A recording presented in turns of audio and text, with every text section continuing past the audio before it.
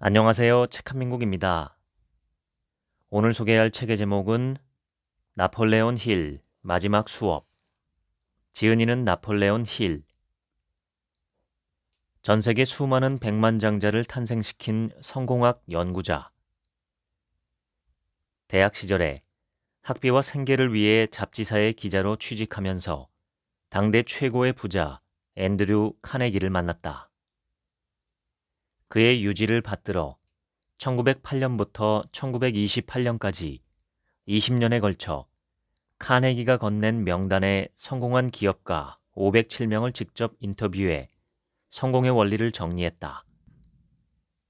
이렇게 성공학 역사의 위대한 걸작, Law of Success를 완성했고 일반인을 위해 정리한 Think and Grow Rich, 생각하라 그리고 부자가 되라가 전 세계적으로 사랑받아 역대 5천만 부 이상 팔린 베스트셀러가 됐다.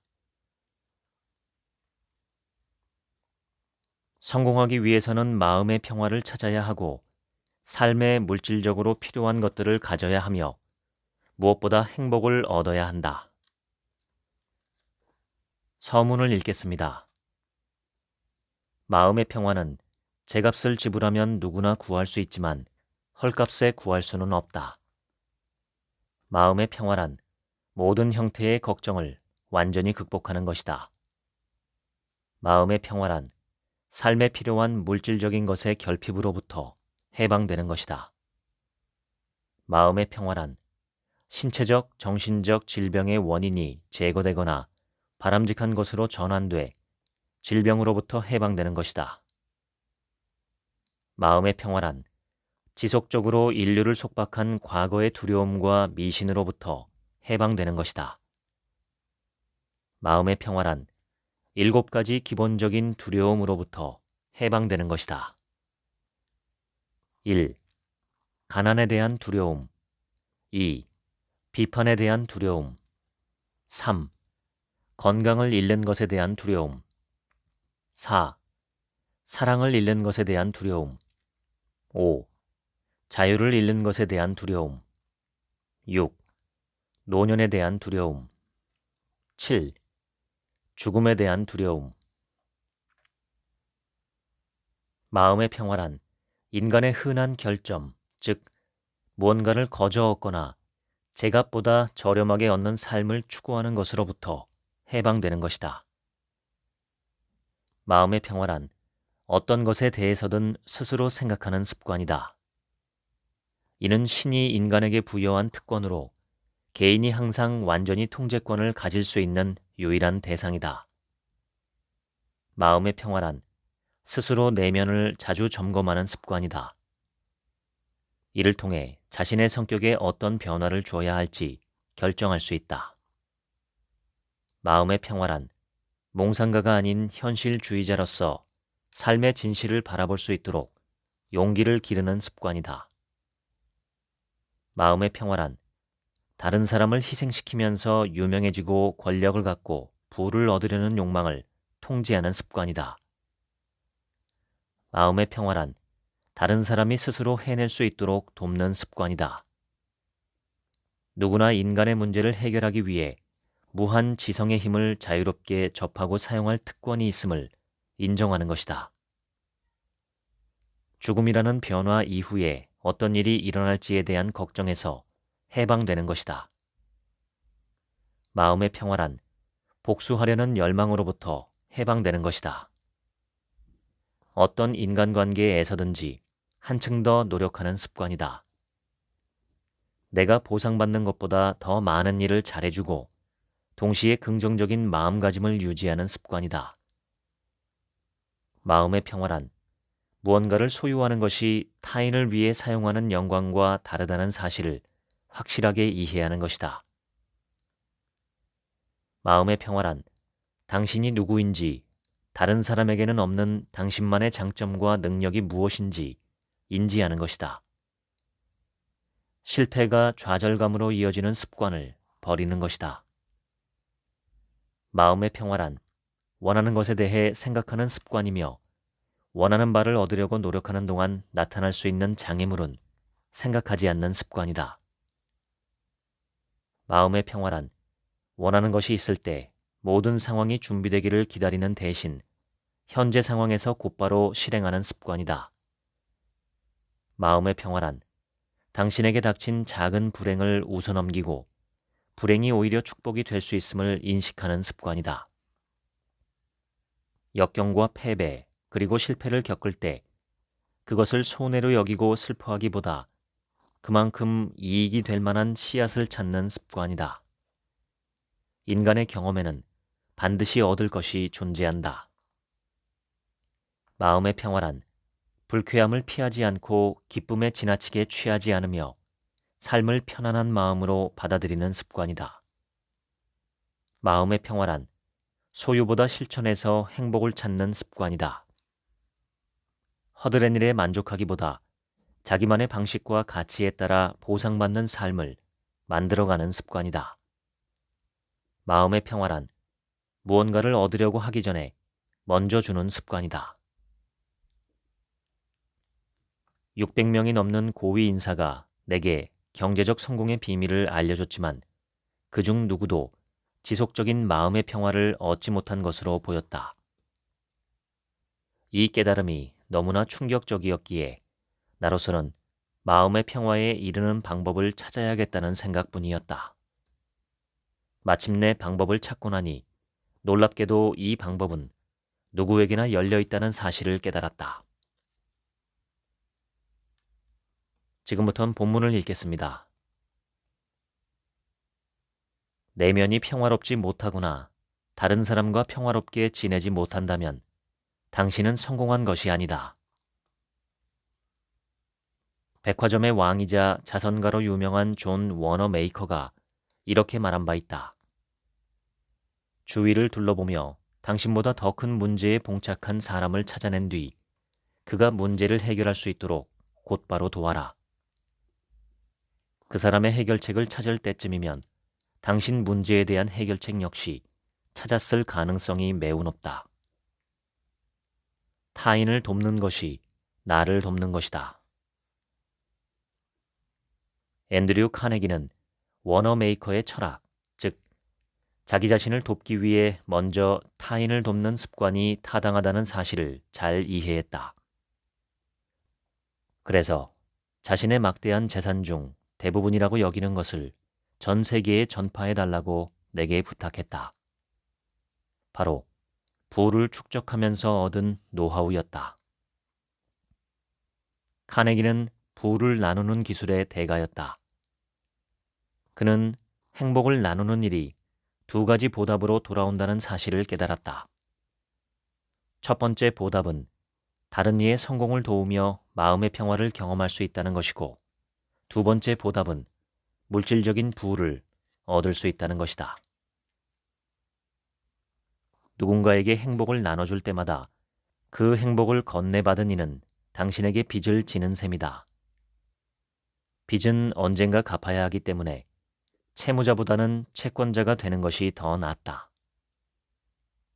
무언가를 받기만 하는 삶은 평생 지속할 수 없다. 무언가를 받기만 해서는 마음의 평화와 경제적 성공을 얻지도 유지하지도 못한다. 행복을 나누는 습관을 가지면 마음의 평화가 찾아올 뿐만 아니라 이익을 얻기에도 유리해진다. 랄프 왈도 에머슨이 말한 보상의 법칙에 따라 한 사람이 다른 이에게 행하는 모든 것은 곧 자신에게 돌아오기 때문이다. 마음의 평화를 원하는가? 그렇다면 지금 당장 주변 사람을 도와라. 도움이라는 것은 적당한 순간에 힘을 돋우는 몇 마디 말일 수도 있고 그보다 더 물질적인 무엇인가일 수도 있다. 어떤 도움이든 상관없다. 당신의 노력은 더 큰 마음의 평화로 즉각 돌아올 것이다.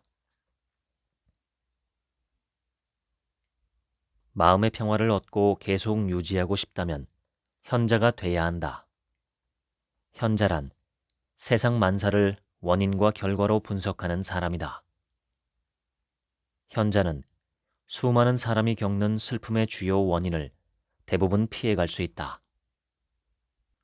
꾸준히 다른 사람들의 실수를 관찰하면서 교훈을 얻어 자신은 그런 실수를 저지르지 않기 때문이다.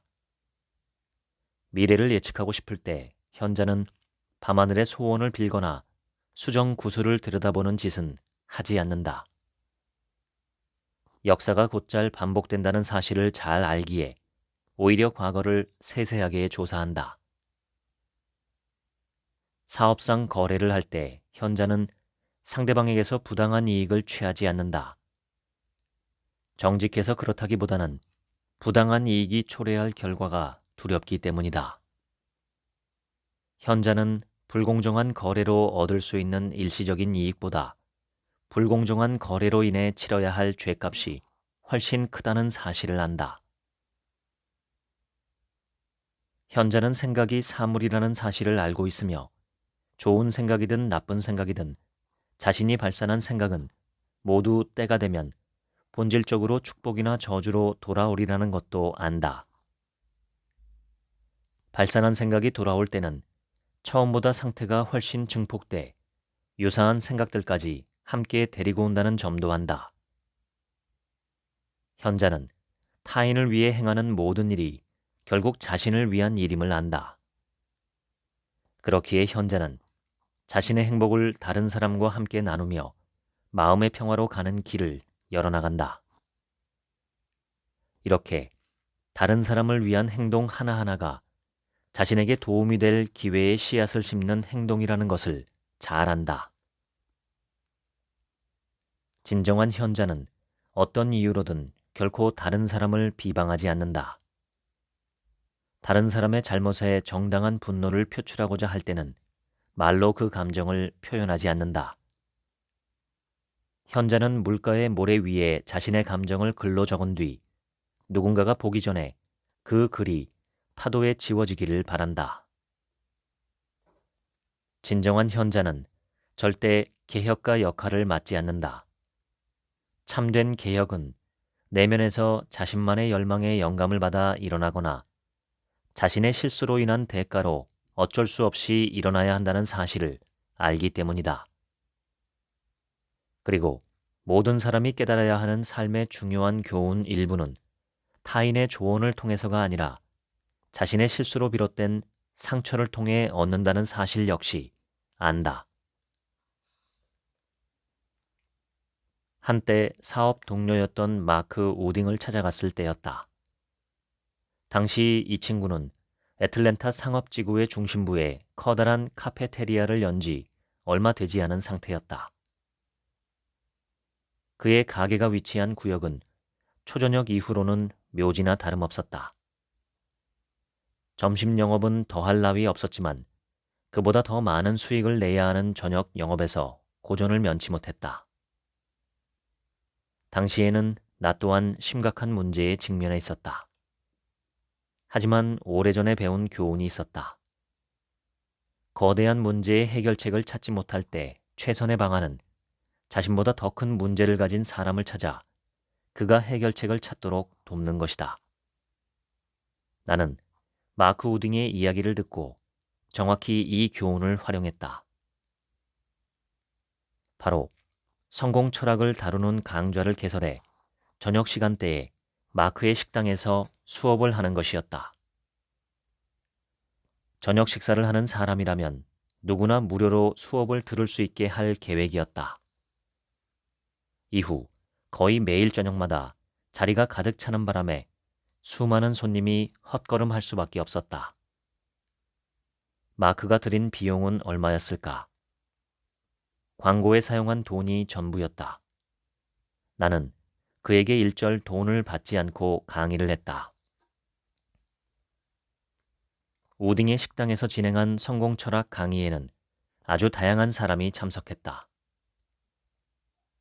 전력회사 중진들 앞에서 연설을 마치고 나자 사우스캐롤라이나주 전력회사의 임원 호모 페이스가 다가와 자신을 소개했다. 선생님이 만나 주셨으면 하는 친구가 있습니다. 조그마한 대학교의 총장이자 커다란 인쇄 공장을 소유하고 있는 친구입니다. 두 사람이 같이 일을 해보면 좋겠다는 생각이 듭니다. 나는 제안을 받아들였다. 호머 페이스와 나눴던 대화를 간단히 적어 대학교 총장이자 출판사를 운영한다는 자에게 편지를 보냈다. 그는 바로 애틀랜타를 방문해 나를 찾았다. 1941년 1월 1일 나는 그의 고향으로 거처를 옮겨 17권의 책을 쓰기 시작했다. 집필 작업을 위해 사우스 캐롤라이나주의 작은 도시 클린턴으로 이사하면서 나는 출판업자의 개인 비서가 사는 집에 방을 얻어 살게 됐다. 이사하고 처음 몇 달 동안은 그녀를 사무실에서만 볼 수 있었다. 그러나 몇 달 뒤부터 우리의 관계가 차츰 변하기 시작했다. 내가 가끔씩 그녀를 초대해 일은 적당히 마치도록 하고 같이 저녁을 먹거나 인근으로 쇼를 보러 다녔기 때문이다. 서부 해안으로 떠나기 전날 나는 클린턴에 남아있던 그녀를 아내이자 비서 그리고 사업 파트너 자격으로 내 마스터 마인드 그룹의 종신 회원으로 등록했다. 그녀와 동반자가 된 지는 이제 14년째를 맞이하고 있다. 내 경험으로 알 수 있듯이 보상의 경험은 원인에서 시작돼 곧장 결과를 내는 것이 아니라 점진적인 방법을 이용한다. 한 번에 한 단계씩 진행하며 경로도 자주 바꾼다. 내게는 유사한 경험이 많다. 내가 내린 결론은 조용하고 보이지 않는 여러 힘이 우리 모두에게 지속적으로 영향을 끼치고 있다는 것이었다. 어떤 힘은 긍정적으로 작용하지만 어떤 힘은 부정적으로 작용한다. 에머슨은 조용하고 보이지 않는 힘에 대해 언급한다. 사람들은 누군가가 자신을 속일지도 모른다는 어리석은 미신에 평생 고통받는다. 하지만 사물이 존재하는 동시에 존재하지 않을 수 없듯이 인간이 자신을 제외한 다른 사람에게 속는 일은 불가능하다. 우리의 모든 거래에는 조용한 제3자가 존재한다. 사물의 본질과 영혼은 모든 계약이 이행될 것임을 보증하기 때문에 정직하게 제 할 일을 하면 절대 손해를 입지 않는다. 당신의 윗사람이 감사할 줄 모르는 사람이라면 그를 위해 더욱 열심히 일해야 한다. 신이 당신에게 빚을 지게 하라. 모든 노력은 상환되는 법이다. 상환은 늦으면 늦을수록 오히려 더 좋다. 신은 복리에 복리를 더해 빚을 갚기 때문이다. 인류에게 알려진 가장 심오한 진리는 창조주가 인간에게 스스로의 마음을 통제할 수 있는 완전하고 절대적인 권리를 줬다는 것이다. 우리는 좋은 쪽으로든 나쁜 쪽으로든 성공으로든 실패로든 원하는 목표를 향해 마음을 움직일 수 있다. 인간이 마음대로 할 수 있는 유일한 일은 바로 마음에 대한 이 권리를 행사할지 말지 결정하는 것이다. 마음에 대한 권리를 행사하는 간단한 과정을 거치면 어떤 분야에서 어떤 노력을 쏟아붓든지 위대한 성취를 이룰 수 있다. 이 권리의 행사 여부가 성공한 사람과 실패한 사람의 중대한 차이를 만들며 마음의 평화를 추구하는 자라면 반드시 이 권리를 행사해야 한다. 마음을 완전한 통제하에 두지 않으면 그 마음에 평화는 존재할 수 없다.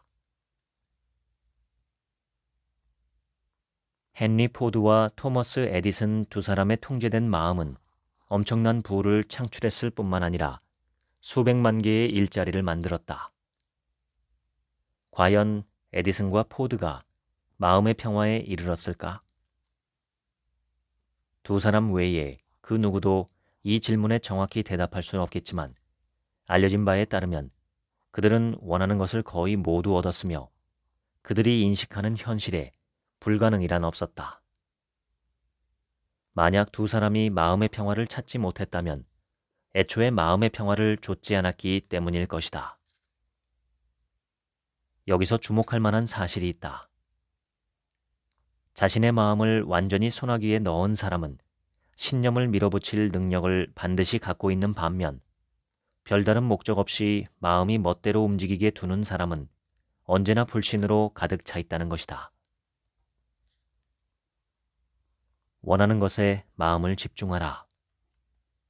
명확한 목표는 인간이 이룬 모든 역사적인 업적의 출발점이라고 할 수 있다. 또한 마음의 평화를 얻는데 필수적인 요소이기도 하다. 25년이 넘는 기간의 포드사 사업 기록을 면밀히 분석하니 헨리 포드의 특성 중 가장 주목할 만한 것, 즉 다른 어떤 것보다 성공에 도움이 된 특성을 알 수 있었다. 그는 원하는 것에 마음을 집중하는 능력이 출중했다. 원하지 않는 것이라면 무엇이든 마음을 쓰지 않는 능력도 뛰어났다. 성공의 비법을 20년간 연구한 결과 나는 실패에 빠지는 주요 원인 31가지를 밝혀냈다. 그중 첫 번째이자 제일 빈번하게 나타나는 원인은 두려움, 불안, 시기, 탐욕, 좌절, 실패 등 원치 않는 상황과 감정에 마음을 두는 습관이다. 마음속에 이 같은 부정적인 상태가 팽배하면 절대 마음의 평화를 찾을 수 없다. 한 번은 헨리 포드에게 항상 긍정적인 마음을 유지하는 비결을 물었더니 그가 대답했다. 나는 하고 싶은 일만 생각하느라 바쁘다네. 하고 싶지 않은 일은 떠올릴 겨를조차 없어. 하고 싶은 일에 마음을 집중했더니 그 일을 해낼 수 있는 방법이 항상 따라왔지. 반면 내 앞길을 막을지도 모를 장애물을 생각하면 반드시 패배가 따라왔다네. 이 사실에 대한 깨달음이 토대가 됐지. 포드와 경쟁하고자 했던 이들의 기록을 조사해보니 흥미로운 사실을 발견할 수 있었다. 거의 모든 이가 포드를 모방하려고만 했지 포드를 능가하기 위해 노력하지는 않았다는 점이었다. 자신만의 목표를 세우지 않은 채 포드의 목표를 차용하기만 했고 이것이 결국 자충수가 됐다. 나는 똑같은 일이 다른 분야에서도 일어나는 것을 수백 번은 봤다. 자신만의 명확한 목표 없이 다른 사람의 목표를 가져다 쓰려고 했던 사람들은 실패를 겪었다. 인간의 마음은 기회가 주어졌을 때 온갖 부정적인 상황과 잠재적으로 마주칠 법한 모든 장애물을 먼저 떠올리고는 한다. 참 불가사의하지 않은가? 믿음에는 마법 같은 힘이 정말로 존재한다. 자신을 향한 믿음을 갖고 시작해보라. 당신의 과거보다 더 무의미한 것은 없다. 마음의 평화를 원한다면 슬픔을 일으키는 모든 과거의 일로부터 자유로워지는 법을 배워야 한다. 모든 불쾌한 경험은 그와 동등한 기쁨이나 이익의 씨앗을 가져다 준다는 사실을 명심하기 바란다. 만약 불쾌한 경험을 떠올려야만 한다면 그와 동등한 이익의 씨앗을 찾아가면서 불쾌한 경험을 무언가 바람직한 것으로 전환하기 바란다. 어쩌면 그 씨앗은 슬픈 경험을 통해서만 깨달을 수 있는 유용한 교훈에 숨어 있을지도 모른다. 마음가짐은 열망과 동기에 따라 달라진다. 9가지 기본적인 동기가 사실상 인간의 모든 행동을 이끌며 한 사람의 인생이 성공할지 실패할지는 9가지 동기를 어떻게 사용하는지에 달려있다. 9가지 동기는 다음과 같다. 1. 사랑의 감정. 2. 성욕의 감정. 3. 물질적인 부를 향한 욕구. 4. 자신을 보호하고 싶은 욕구. 5. 자신을 표현하고 싶은 욕구. 6. 몸과 마음이 자유롭고 싶은 욕구. 7. 사후에도 영원히 기억되고 싶은 욕구. 나머지 2가지는 부정적인 동기다. 8. 분노와 복수의 감정. 9. 공포의 감정. 우리가 자발적으로 행하거나 자제하는 모든 것이 이 9가지 기본적인 동기에서 비롯된다. 마음의 평화를 얻으려면 7가지 긍정적인 동기를 최대한 발휘해야 하며 2가지 부정적인 동기에는 절대로 영향을 받지 말아야 한다. 무엇이든 심은 대로 거두리라 라는 말이 있다. 사람의 마음에 뿌려지는 씨앗은 모두 각자의 마음가짐에 달려있다. 위대한 인물들은 타인을 해치고 싶다는 생각으로 낭비할 시간이 없다. 자이든 타이든 생각의 신호를 내보내면 그 생각은 다시 돌아와 축복을 내리기도 하고 저주를 내리기도 한다. 윌리엄 어니스트 헨리는 다음의 구절을 쓸 때 이미 이 진리를 알고 있었다. 나는 내 운명의 주인. 나는 내 영혼의 선장. 거울을 볼 때 당신 눈에 보이는 것은 진짜 당신이 살고 있는 집뿐이다. 집은 당신의 몸이다. 당신은 그 안에 살고 있는 위대하고 강력한 존재를 더 잘 알아야 한다. 당신의 모든 기쁨과 슬픔, 성공과 실패, 질병과 건강, 괴로움과 마음의 평화가 이 존재에서 비롯된다. 당신의 생각이 주로 가난을 향해 있다면 내적 자아 혹은 잠재의식은 그 생각이 실제로 가난으로 이어지도록 할 것이다.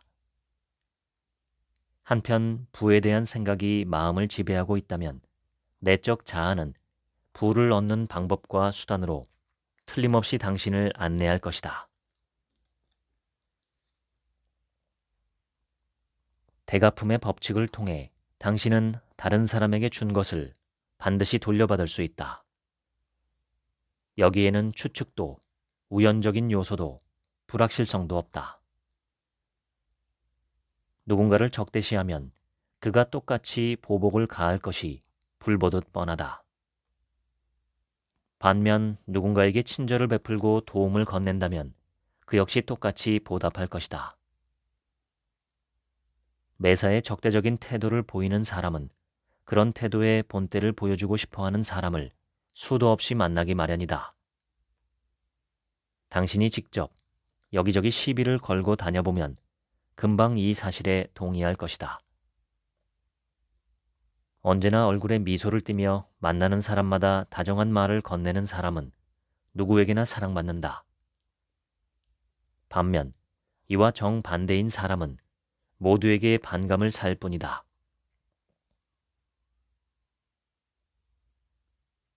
사람의 머릿속에 존재하는 생각은 그것이 파괴적이든 건설적이든 친절하든 무정하든 언제나 같은 부류만을 끌어당긴다. 이유는 간단하다. 온 우주에 걸쳐 물질적인 형태를 가진 모든 것은 특정한 끌어당김의 중심부로 이끌린다. 지적 수준이나 성향이 비슷한 사람들은 서로 끌린다. 당신이 끌어당기는 사람이 어떤 부류인지는 당신 마음이 어떤 성향이냐에 따라 달라진다. 당신 마음의 성향은 당신이 선택하는 대로 얼마든지 조정할 수 있으며 그 결과 당신이 원하는 사람을 끌어당길 수 있다. 용서하는 법을 배울 때, 증오를 없애는 법을 배울 때, 말을 삼가는 법을 배울 때, 타인에 대해 무례하게 말하고 싶은 생각에서 벗어날 때, 당신은 행복해지는 법은 물론이고 당신이 교류하는 모든 이에게 사랑받는 법을 깨닫게 될 것이다. 자제는 인생에서 가장 어려운 과제다. 어떤 부유한 사람이 전등 회사에 전화를 걸었다. 최근 세입자를 새로 구한 집에 불을 켜야 하니 전기기술자를 보내달라는 전화였다. 이미 근무 시간이 지난 후였기에 직원 중 누구도 가고 싶어 하지 않았다. 한 직원이 결국 일을 맡았다. 전기기술자가 막 그 집에 도착했을 때 부유한 집주인은 세입자와 함께 간신히 가스등을 찾아 불을 켜는 데 성공했다. 집에 불이 들어온 것을 본 전기 기술자는 대뜸 집주인에게 욕을 퍼붓기 시작했다. 불을 켤 수 있으면서 쓸데없이 연락해 시간을 뺏었다는 이유에서였다. 부유한 집주인은 그저 웃으며 성난 기술자에게 말했다. 제게 설명할 시간조차 주지 않는군요. 우리는 당신이 이곳에 도착하기 직전에 가스등을 발견하고 불을 켰던 겁니다. 그는 운전사를 불러 지시했다. 이 신사분을 집까지 모셔다 드리게. 그 부자는 아내와 세입자가 기다리는 집으로 돌아갔다. 그는 이렇게 말할 뿐이었다. 내가 원래 화가 많은 사람을 자주 만나지. 그렇지 않은가? 그는 분노한 기색이 전혀 없었다. 타인에게 어느 정도의 통제력을 행사하고 싶다면 먼저 자기 자신을 통제하는 법부터 배워야 한다. 화를 내는 사람은 절대로 큰 지도자가 될 수 없으며 친구를 많이 만들 수도 없다. 약삭빠른 변호사가 반대 신문에서 가장 먼저 하는 일은 증인의 화를 돋워 자제력을 잃게 만드는 것이다. 분노는 광기의 상태다. 위대한 지도자나 정의를 위해 힘쓰는 사람이 되고 싶다면 먼저 뛰어난 자제력을 갖춰야 한다. 의견이 충돌하는 사람에게 너그러워지는 법을 배우기 전에는 높이 평가하지 않는 사람에게 친절하게 말하는 습관을 들이기 전에는 단점보다 장점을 찾는 습관을 들이기 전에는 당신은 성공할 수도 행복해질 수도 없을 것이다. 성공이란 사람들에게 행복과 좋은 기운을 안겨주는 긍정적이고 건설적인 생각과 행동의 총합이다. 당신 주변의 사람들을 웃게 할 수 있다면, 풍부하고 역동적인 성격으로 함께하는 사람들을 기쁘게 할 수 있다면, 인생의 아름다움을 생각하고 이야기하며 다른 사람들도 그렇게 하도록 만들 수 있다면, 마음에서 냉소, 증오, 두려움, 실망을 떨쳐내고 그 자리를 온 인류에 대한 사랑으로 채울 수 있다면 당신은 반드시 성공할 것이다. 기쁨은 소유가 아니라 행동에서 찾아온다. 우리가 성공이라고 부르는 것에 닿는 길은 오로지 한 방향으로 뻗어 있다. 인류를 위한 기여라는 드넓은 벌판을 곧장 지난다. 진정한 성공은 돈으로 평가할 수 없다. 성공은 오로지 다른 사람에게 얼마나 유용하고 많은 도움을 줬는지에 의해서만 평가할 수 있다. 일상생활에 필요한 수준 이상으로 돈을 벌고 모으기 시작한다면 정신을 차려야 한다. 진정한 성공, 행복, 마음의 평화에 이르는 확실한 길은 다른 사람에게 도움을 행하는 것이다. 재물이 당신의 눈을 멀게 해 그 길을 보지 못하는 일이 없도록 주의하기 바란다. 돈은 좋은 영향을 끼칠 수도 나쁜 영향을 끼칠 수도 있다. 중요한 것은 돈을 소유한 사람의 성격이다. 당신이 하고 있는 일과 당신이 하고 싶은 일에 대해 강력한 믿음이 있다면 극복하지 못할 역경은 없다. 충분한 확신을 갖고 그 믿음에 따라 행동하기만 한다면 당신은 원하는 대로 무엇이든 될 수 있다. 인간에게는 자주적으로 생각할 권리가 있다. 인류는 이런 권리를 부정하는 독단적인 교리와 신조의 족쇄를 빠르게 끊어내고 있다. 믿기지 않는다면 한때 교회를 다니다가 지금은 다니지 않는 주변 사람들을 직접 조사해보라. 아마 용기 있는 몇몇은 솔직하게 답변할 것이다. 당신이 믿는 신이 인간의 무지와 나약함을 벌하겠다며 인간을 불태우고 영원히 고문한다면 우리는 그런 신을 숭배할 수 없다. 공포를 설파하지 마라. 결코 바람직하지 않은 일이다. 생각은 땅속에 심은 씨앗과 같다. 이내 작물이 성장하고 증식해 수확에 이르게 된다. 그러므로 파괴적인 생각을 마음에 품는 것은 위험하다.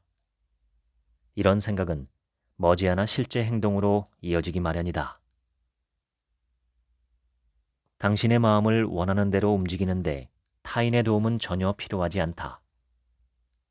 현재 어떤 상황에 있든지 당신은 당신의 마음을 얼마든지 통제할 수 있다. 단, 타인이 당신의 마음을 조종하게 내버려두지 않고 오로지 당신만이 그 힘을 행사해야 한다.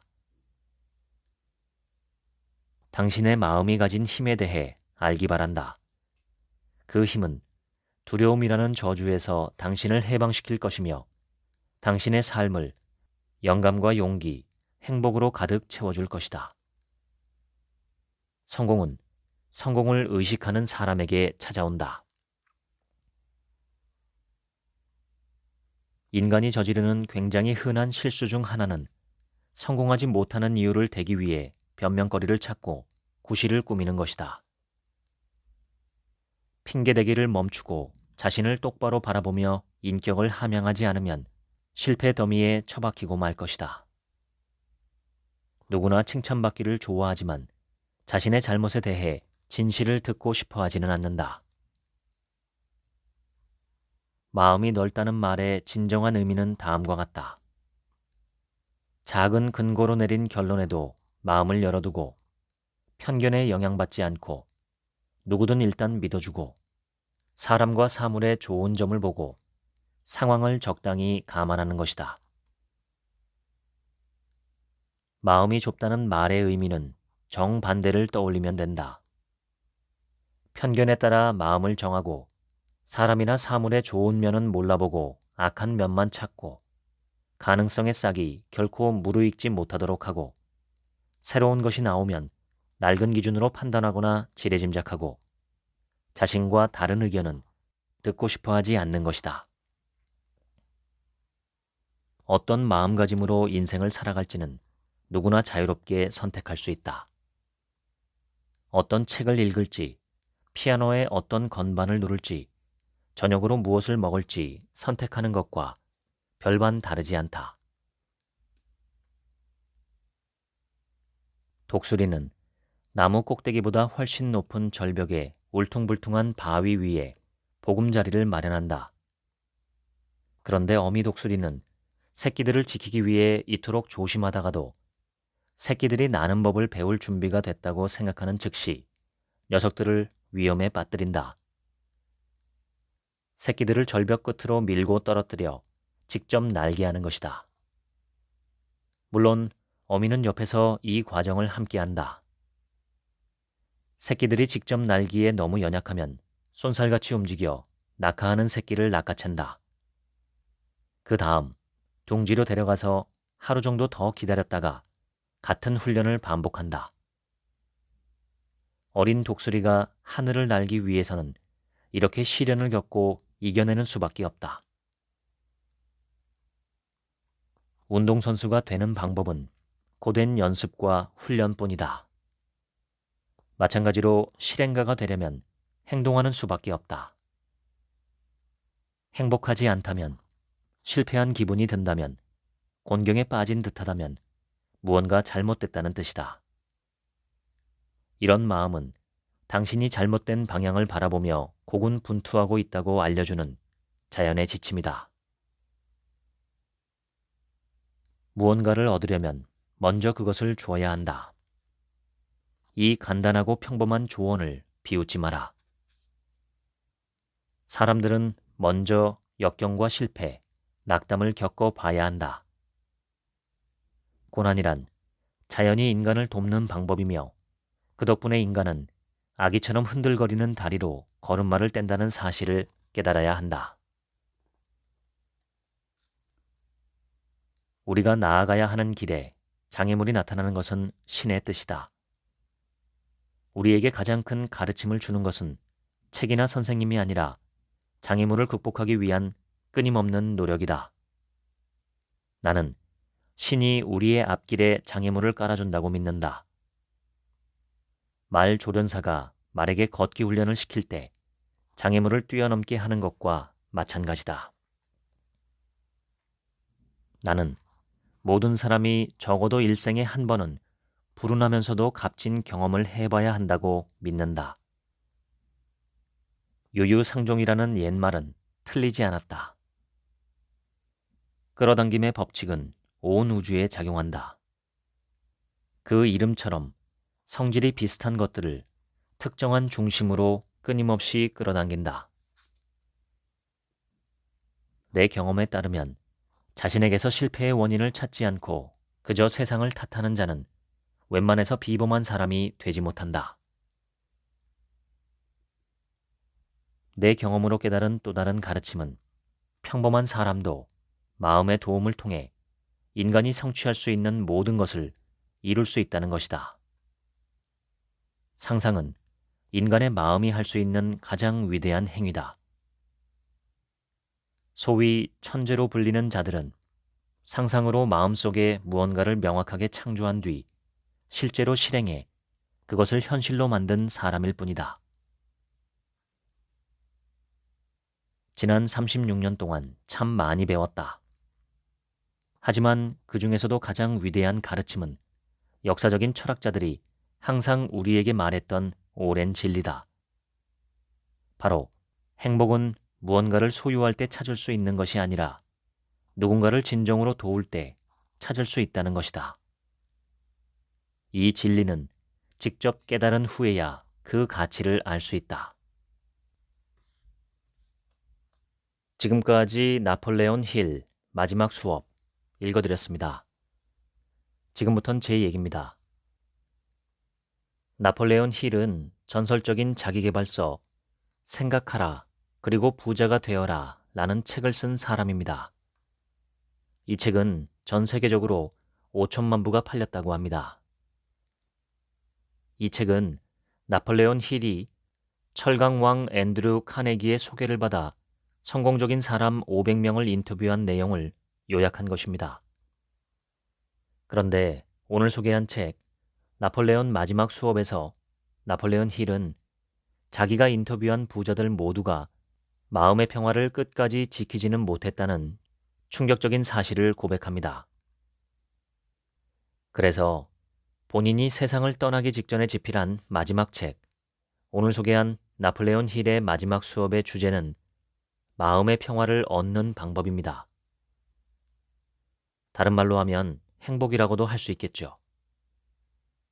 마음이 평화롭다고 반드시 행복하다고 할 수는 없겠지만 행복한 사람은 반드시 마음이 평화로울 것입니다. 나폴레온 힐이 말하는 마음이 평화로워지는 방법, 즉 행복해지는 최고의 방법은 다른 사람을 돕는 것입니다. 한마디로 이타심이라고 할 수 있죠. 이타심으로 살아갈 때 외형적으로는 어떤 어려움이 있을지 몰라도 그 사람의 내면은 평화롭다는 것입니다. 이러한 평정심이 아마도 인간이 도달할 수 있는 가장 큰 기쁨과 행복의 상태가 아닐까 생각합니다. 지금 이 방송을 들으시는 당신께서는 마음이 어떠신가요? 평화로우신가요? 아니면 혹시 불안과 걱정으로 마음 한구석이 찜찜하진 않으신가요? 우리가 우리 마음을 다스리지 않으면 외부적인 어떤 요소도 우리 마음에 지속적인 평화와 안정감을 줄 수는 없습니다. 항상 불안하고 항상 염려하는 걱정 많은 부자가 평화롭게 살고 있다고 보기는 어려울 겁니다. 오히려 그는 많은 스트레스를 받고 있는 셈이죠. 이타심이 정말 우리를 구원해 줄 수 있을까요? 세계의 역사를 보면 위대한 이타심을 발휘한 사람이 위인으로 추앙받는 것을 종종 봅니다. 인류를 위해 큰일을 도모한 사람은 개인적으로는 큰 아픔을 겪는 경우가 많습니다. 산이 높으면 골짜기도 깊은 법이죠. 하지만 그들은 불행하지는 않았습니다. 인류가 한 발 진보하는 데 기여한 이러한 위인들은 자신의 개인적인 희생보다 훨씬 더 큰 기쁨과 행복을 누렸던 것으로 보입니다. 그런데 우리는 흔히 그들의 골짜기만 보고 산은 보지 않는 경우가 많습니다. 위대한 사람, 훌륭한 사람이 되고 싶은 마음은 있지만 대가가 너무 커 보이기 때문이죠. 개인적으로 심신의 고통을 받고 가족 구성원의 어려움을 지켜보아야 하고 수많은 사람들의 오해와 억측으로 자신에 대한 비판과 비난을 감내해야만 합니다. 이러한 어려움은 외부적으로 눈에 쉽게 보이기 때문에 훌륭한 삶, 위대한 삶을 살고자 하는 의욕을 꺾어버리기 쉽습니다. 눈에 보이지 않는 부분은 그들의 내면이 어떤 만족감과 기쁨을 누렸는가 하는 부분이죠. 그것은 눈에 보이지 않기 때문에 우리는 마치 그것이 없는 것처럼 생각할 수도 있습니다. 그것은 겪어본 사람만이 알 수 있기 때문이죠. 마음의 평화를 얻는 것은 반드시 금전적인 풍요로움을 동반하지는 않습니다. 오히려 곤궁할 때도 많습니다. 우리는 두려워합니다. 돈이 많지 않으면, 풍요롭지 않으면 굶어 죽거나 병들어 죽을까봐 염려합니다. 사회적으로 초라한 평가를 받게 될까봐 걱정합니다. 이러한 염려나 걱정은 근거가 없는 것은 아니지만 많은 부분에서 너무 지나치게 부풀려진 것입니다. 그러므로 걱정과 염려는 조금 덜어두고 진부한 말이지만 큰 꿈을 품어보면 어떨까요? 나 아닌 타인들, 더 나아가 인류 전체에 커다란 기여를 하겠다는 아름다운 꿈을 품고 지금 할 수 있는 것들을 열심히 하는 것입니다. 이타심으로 인한 행복감은 선불이기 때문에 막연하게 두려울 수도 있습니다. 먼저 줘야 합니다. 우리가 존경하고 사랑하는 역사의 위인들은 거의 모두 그런 삶을 살았던 사람들입니다. 그들 모두도 우리처럼 평범했습니다. 위대한 부름을 수용하기 전까지는 말이죠. 이 방송을 들으시는 모든 분들의 마음의 평화를 기원합니다. 지금까지 책 한 민국의 하루치 생각이었습니다. 감사합니다.